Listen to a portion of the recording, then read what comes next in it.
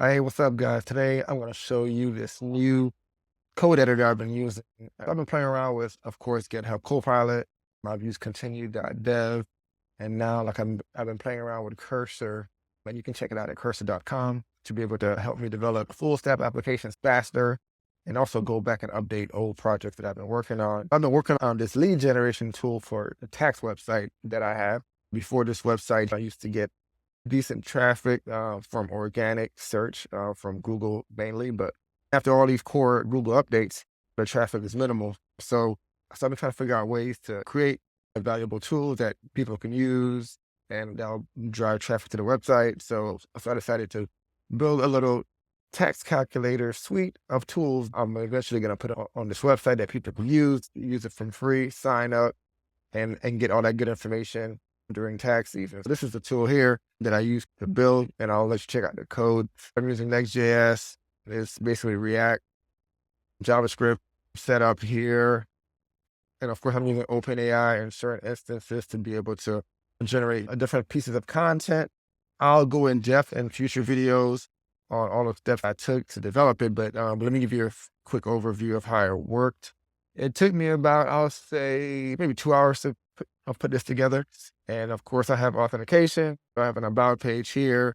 I have a contact page with some dummy information, sign up page, and I'm using Supabase for my authentication and also for database management. The user can sign up with their email or with their Google or Gmail account, and they can sign up, they can log in. All this was created with Cursor. Initially, I started out by building the app structure using Claude.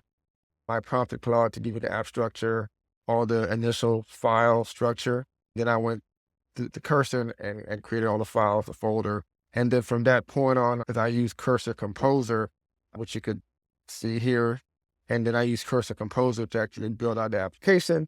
And then in certain instances, instead of using Composer, I actually used the chat to be able to fine tune certain pages and things like that. And I also use things like the Command K highlighting certain pieces of text and using Command K for inline or Command L to take that code into the chat. That's been very helpful. It's basically a dance of using Composer to build out the biggest portions of the application, but then using the chat feature to fine tune different parts of the application.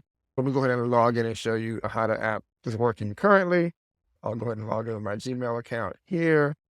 Now I'm logged into applications. Now you could see this application has a whole bunch of different tools, from tax refund calculator to estimated tax calculator, deduction finder, goes on, all the way down to like child tax credit calculators. Instead of my website only having blog posts, we also have these calculators that people could use for free. Let's say I put in my income as 100,000 and my filing status is single. It'll give you the estimated tax refund. I have some logic in the background to estimate that. So I can go here to the estimated tax calculator. I go to next, and then I can put in 100,000 next. So I'm taking the standard deduction, education and credits. I'll say $2,000 of education credit. And then I'll go to next. So my estimated tax for 2024 is 13,841. Now let's go back. And I have a deduction finder, which is pretty cool. I'll put in my annual income. Say my occupation is a blogger. I can say home office, writers, software, travel, and I'll just keep it like that. And then I'll find some deductions. Now it's used the OpenAI API, and I did some prompting to be able to find these typical deductions.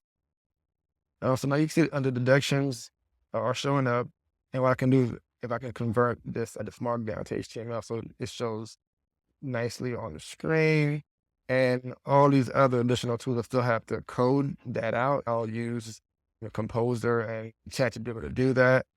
So like going here, you can see that we're using Tailwind CSS, and even when I was using Composer, I created this markdown file with some instruction and even all the calculations. So when I was coding it, I prompted it to use this documentation, and I went online and found these numbers for tax year 2024.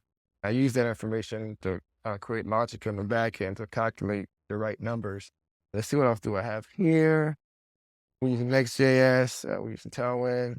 And again, like the main thing is when using this AI coding assistance is to build out the app structure first and then have the AI assistant help you build from there. I noticed that this AI assistants have a hard time building out the app structure where you're able to build the initial app structure first. When you run npm start or npm run dev, you'll start getting a whole bunch of errors. It's best to have some knowledge and build out the files first, to get your packages set up, get your environment variables set up, and AI coding tools to kind of build from there.